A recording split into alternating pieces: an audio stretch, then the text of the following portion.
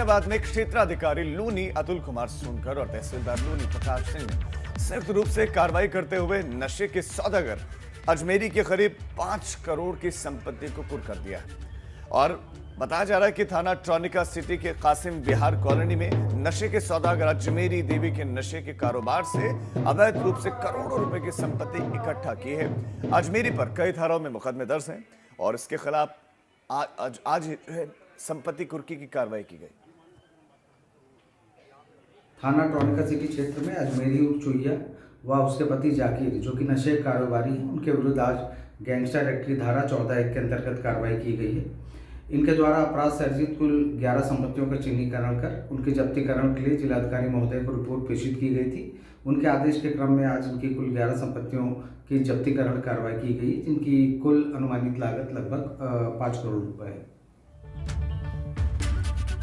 उधर हापुड़ में पिलखवा पुलिस ने 10 साल से फरार चल रहे बदमाश को मुठभेड़ के बाद गिरफ्तार कर लिया। बदमाश पर 50,000 का इनाम है। उसके पास से तमंचा, कारतूस बरामद किया गया। ये मुठभेड़ पिलखवा कोतवाली क्षेत्र के अनवरपुर मोड़ के पास हुई है। आज दिनांक 6/3 को प्रातः थाना पिलखवा पुलिस टीम के द्वारा बाद पुलिस मुठभेड़ एक दिल्ली पुलिस से वांछित चल रहे और 50,000 रुपए के पुरस्कार घोषित अपराधी उदयवीर को गिरफ्तार करने में सफलता हासिल की गई है। यह एक शातिर अभियुक्त है जो 2010 से पैरोल पर रिहा होने के बाद से लगातार फरार चल रहा था। और अब खबरें बुंदेलखंड सुपरफास्ट अंदाज में। चलिए शुरुआत करते हैं।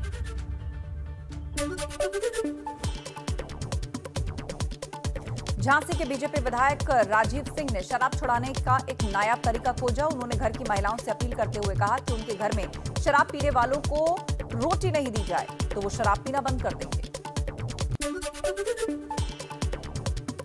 ललितपुर में सपा नेता तिलक यादव ने महंगाई को लेकर बयान दिया। उन्होंने कहा कि इस महंगाई से आम आदमी परेशान है, इसे कम करना चाहिए। अन्य मुद्दों को लेकर भी उन्होंने अपनी बात रखी। जालौन में एक झोला छाप डॉक्टर ने महिला से रेप किया और मौके से फरार हो गया। महिला के परिजनों ने घटना की सूचना फौरन पुलिस को दी। पुलिस मौके पर पहुंची। फिलहाल पुलिस ने आरोपी डॉक्टर की तलाश शुरू कर दी। महोबा में लव जिहाद का सनसनीखेज मामला सामने आया। यहाँ पर मुस्लिम युवक ने हिंदू युवती से धर्म छिपाकर करीब 5 सालों तक शारीरिक शोषण किया।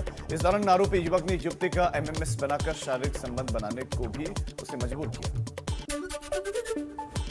बांदा में बालू खदान में काम कर रहे 3 मजदूरों की बालू के टीले में धंसकर मौत हो गई। गुस्साए परिजनों ने 2 घंटे तक शव को रखकर रोड पर जाम लगाए रखा। मौके पर पहुंचे पुलिस के उच्च अधिकारियों ने समझा बुझाकर जाम खुलवाया। हमीरपुर में किसान के घर में आग लगी और आग इतनी विकराल थी कि कुछ ही समय में अगल बगल के घरों को भी इस आग ने अपनी चपेट में ले लिया। घर में मौजूद महिलाओं ने किसी तरह अपनी जान बचाई। आग लगने के कारणों का फिलहाल पता नहीं चल सका है। चित्रकूट में 11 मार्च से होने वाले राष्ट्रीय रामायण मेला महोत्सव की तैयारियां शुरू हो गई हैं। इस मेले में सीएम योगी आदित्यनाथ शिरकत करेंगे। चित्रकूट में 11 से 15 मार्च तक 48वें राष्ट्रीय रामायण मेला महोत्सव का आयोजन होगा। बुंदेलखंड सुपरफास्ट के बाद अब आगे बढ़ते हैं और अब अमेठी का रुख करते हैं। अमेठी में केंद्रीय मंत्री स्मृति ईरानी ने बिना नाम लिए कांग्रेस और गांधी परिवार पर निशाना साधा। उन्होंने कहा कि जिन लोगों ने अमेठी में 30 साल से मेडिकल कॉलेज खोलने का सपना दिखाया, उन्होंने अपने लिए गेस्ट हाउस खोले। स्मृति ईरानी ने यह भी कहा कि अमेठी के पूर्व सांसद केरल जाकर अमेठी का अपमान करते हैं और यहाँ की जनता को विषयों की जानकारी ही नहीं है। उन्होंने कहा कि चुनाव के बाद तिलोई विधानसभा क्षेत्र में 7 करोड़ की सड़कें बनाई गई। उन्होंने कहा कि मैंने चुनाव में जितने वायदे किए थे 2 साल में ही पूरे कर दिए। क्या उन्हें माफी मांगनी चाहिए? मैंने कहा मुझे अमेठी की दीदी कहते हैं लोग, मेरे परिवार के मुंह पर तमाचा कोई जड़ दे तो माफी मेरे लिए स्वीकार नहीं है। ये जनता उनको बतलाएगी कि जिस जनता ने प्रेम, सत्कार, आदर किया, वो जनता जब लोकतंत्र में हिसाब करने बैठे तो हर्ष क्या होता है, ये जनता उनको बतलाएगी। उत्तर प्रदेश के परिषदीय स्कूलों में शिक्षा का स्तर सुधारने के लिए सरकार लगातार काम कर रही है और उसी कड़ी में जालौन की जिलाधिकारी प्रियंका निरंजन ने एक बहुत अच्छी पहल की है। डीएम ने जिले के ब्लॉक और तहसील स्तरीय अधिकारियों को 2-2 स्कूल गोद लेने के निर्देश दिए, जिसके बाद अधिकारियों ने इस पर काम भी शुरू किया। जालौन में अब तक 66 स्कूलों को अधिकारी गोद ले चुके हैं। हमारी शासन की प्राथमिकता है कि विद्यालयों की जो आधार संरचना है वो अच्छी हो, बच्चों को पढ़ाई लिखाई का एक बेहतर माहौल मिले और वो वहाँ जाकर एक अच्छे व्यक्तित्व का विकास उसमें हो। इसी को ध्यान में रखते हुए कायाकल्प योजना भी शासन द्वारा चलाई जा रही है। और पश्चिमी उत्तर प्रदेश की खबरें हम आपको सुपरफास्ट अंदाज में दिखाते हैं। चलिए शुरुआत करते हैं। मुजफ्फरनगर में किसान महापंचायत हुई, जिसमें केंद्रीय मंत्री संजीव बालियान पहुंचे। उन्होंने मंच से कृषि कानून का समर्थन करने के साथ कृषि कानून के बारे में बुराई बताने की विपक्ष से मांग की। बागपत में कृषि कानूनों के विरोध में भारतीय किसान यूनियन कार्यकर्ताओं ने ईस्टर्न पेरिफेरल एक्सप्रेसवे पर जाम लगाया। जाम की वजह से रूट डाइवर्ट कर वाहनों को निकाला गया और कई घंटों तक किसानों ने जाम लगाए रखा। गाजियाबाद में किसानों ने पेरिफेरल एक्सप्रेसवे को जाम किया। किसान पेरिफेरल एक्सप्रेसवे की दोनों तरफ सड़कों पर बैठ गए। इस दौरान कई गाड़ियां फंसी हुई दिखाई दी। कृषि कानूनों के विरोध में किसानों ने ये सब किया। आगरा में एक युवक की इलाज के दौरान मौत हो गई। इस युवक पर पुरानी रंजिश में दबंगों ने हमला किया था और इसके बाद इसे इलाज के लिए अस्पताल में भर्ती करवाया गया। वहीं अब पुलिस ने मामले में आरोपियों की तलाश शुरू कर दी है। हाथरस में मोमोज के पैसे न देने को लेकर 2 पक्षों में झगड़ा हो गया। झगड़े में पथराव हुआ। झगड़े की सूचना पर पुलिस मौके पर पहुंची। डीएसपी ने बताया कि पुलिस ने झगड़ा कर रहे दोनों पक्षों को मौके से खदेड़ दिया।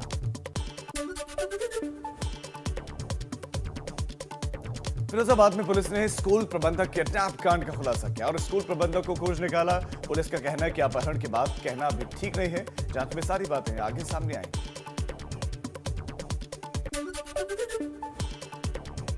मेरठ में पुलिस और बदमाशों की मुठभेड़ हो गई, जिसमें पुलिस ने 3 बदमाशों को गिरफ्तार किया। पुलिस इनका आपराधिक इतिहास खंगालने में जुटी है। इनसे पूछताछ की जा रही है।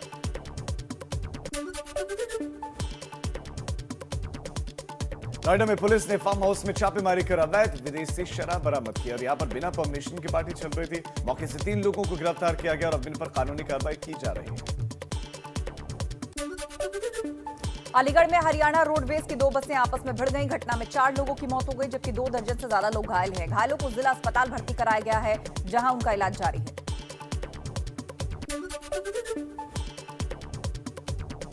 कासगंज में रफ्तार का कहर देखने को मिला। यहां पर ईंटों से भरे हुए ट्रैक्टर में ऑटो ने टक्कर मार दी और इस हादसे में ऑटो में सवार एक युवक की मौके पर ही मौत हो गई, जबकि 3 लोग गंभीर रूप से जख्मी हैं। एटा की डीएम विभा चहल ने जिला अस्पताल और सामुदायिक स्वास्थ्य केंद्र का औचक निरीक्षण किया। डीएम को इस दौरान कई खामियां नजर आईं। डीएम ने इस मौके पर कई दिशा निर्देश दिए। मैनपुरी में नारी सुरक्षा को लेकर जागरूकता रैली का आयोजन किया गया, जिसमें लगभग 8000 बच्चों ने हिस्सा लिया। छात्र छात्राओं ने इस दौरान नारेबाजी करते हुए लोगों को जागरूक किया। मथुरा के द्वारकाधीश मंदिर में ढप के पूजन के बाद परिसर होली के रंगों से सतरंगी हो गया। यहां रसिया गायन शुरू हुआ। श्रद्धालु ने रसिया गायन का जमकर आनंद उठाया।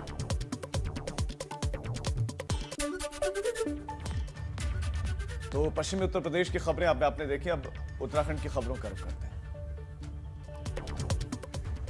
गैरसैंण में विधानसभा का बजट सत्र अनिश्चितकाल के लिए स्थगित हो गया है और बजट सत्र के दौरान सदन के पटल पर 630 प्रश्न रखे गए और इसके साथ ही 10 विधेयक सदन में पास हुए। मगर विपक्ष का कहना है कि सरकार ने पूरा होमवर्क नहीं किया था, जिस वजह से सदन पूरी तरह से नहीं चल पाया।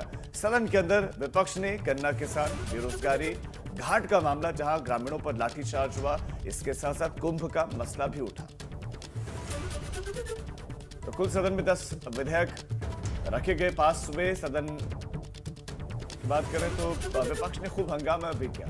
इस बीच में कई मुद्दों को उठाया गया। इसमें गन्ना किसानों का मसला था, बेरोजगारी बड़ा मसला, उसको उठाया, कुंभ का जिक्र भी हुआ।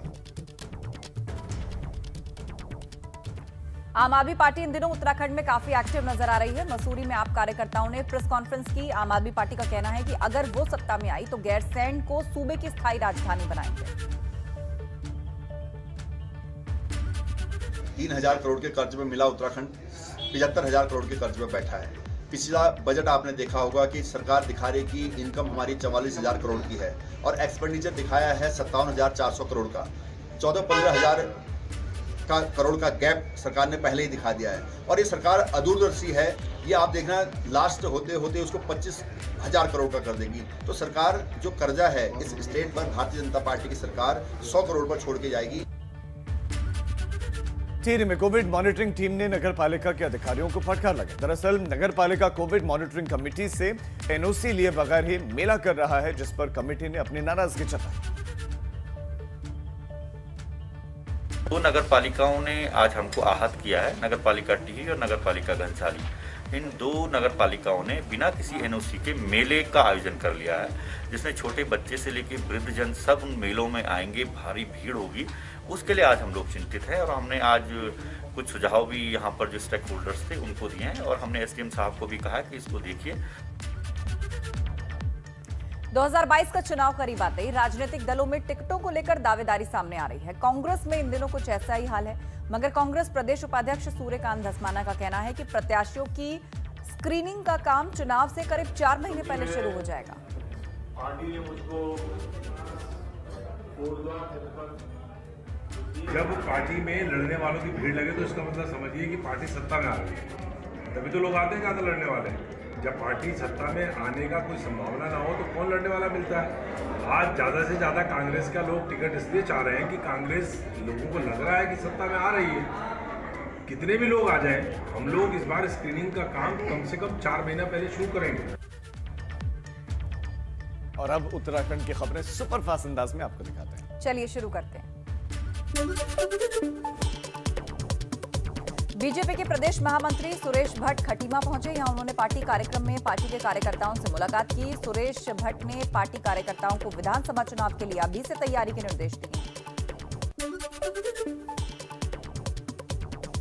कांग्रेस के प्रदेश अध्यक्ष प्रीतम सिंह ने कर्णप्रयाग में प्रेस कॉन्फ्रेंस की। इस दौरान उन्होंने कहा कि भराड़ीसैंण में बजट पूर्णतः विफल रहा। महंगाई, बेरोजगारी को लेकर बजट में कोई भी बात नहीं हुई। मसूरी में महिला कांग्रेस ने महंगाई के खिलाफ प्रदर्शन किया। इस मौके पर लोगों ने बीजेपी सरकारों के खिलाफ नारेबाजी की। मसूरी महिला कांग्रेस अध्यक्ष जसवीर कौर ने कहा, आज देश में हालात काफी खराब हो गए।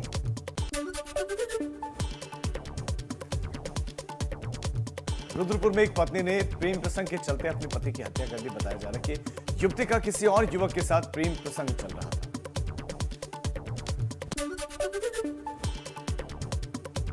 रुद्रपुर जिला एवं सत्र न्यायालय में नाबालिग से कुकर्म के मामले में एक आरोपी को फांसी की सजा सुनाई गई। उत्तराखंड का ये पहला मामला है जिसमें कुकर्म के आरोपी को फांसी की सजा सुनाई गई।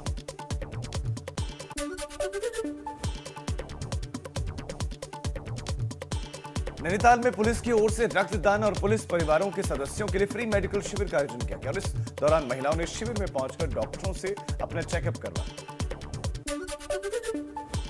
चंपावत में लगने वाले माता पूर्णागिरी मेले की चहल पहल शुरू हो गई है, जिसकी सुरक्षा को लेकर चंपावत जिले के एसएसपी एक्शन में दिखे। उन्होंने मेले की सुरक्षा उपायों का जायजा लिया। उधर हरिद्वार में कांवड़ मेले की रौनक देखी जा रही है। 11 मार्च को महाशिवरात्रि है, जिसे लेकर कांवड़िए गंगा जल लेने के लिए हरिद्वार पहुंच रहे हैं।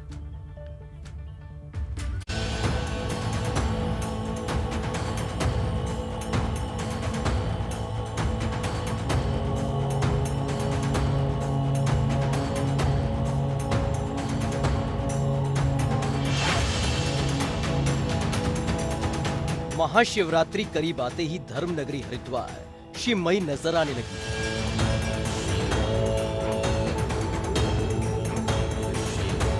शहर के मुख्य मार्गों पर शिव भक्तों की टोलियां नजर आ रही हैं।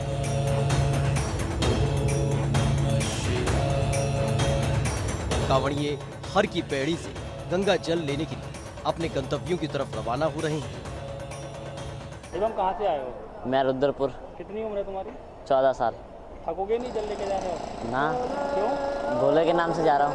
कोई थकन नहीं होगी? ना। कब तक पहुँचोगे? ऐसे कुछ 6 दिन। बांस से बनी कांवड़ को कांवड़िए पहले अच्छी तरह से सजाते हैं। इस पर फूलों की माला लगाई जाती है। शिव पार्वती की तस्वीर, भोलेनाथ का डमरू, गंगा जल रखने के लिए टोकरी लगाई जाती है। इतना सब होने के बाद कांवड़िए हर की पैड़ी से गंगा जल भरते हैं। हजारों कांवड़िए गंगा जल भरने के बाद पैदल ही अपने गंतव्य की तरफ रवाना हो रहे हैं। भोले जल लेने आए हैं। हाँ। कितनी दूर पड़ता है यहाँ से? लगभग 220 किलोमीटर। हाँ। और बस अब जा रहे हैं सीधा भोले के जल ले करके अपने स्थान ग्रहण करेंगे रात का। कब तक पहुँचेंगे आप? हम पहुँचे लगभग 7:30 8 बजे तक। कितने दिन में? आज हम पहुँचेंगे गुरुद्वारे अच्छा। या चिड़ियापुर जंगल पार करके।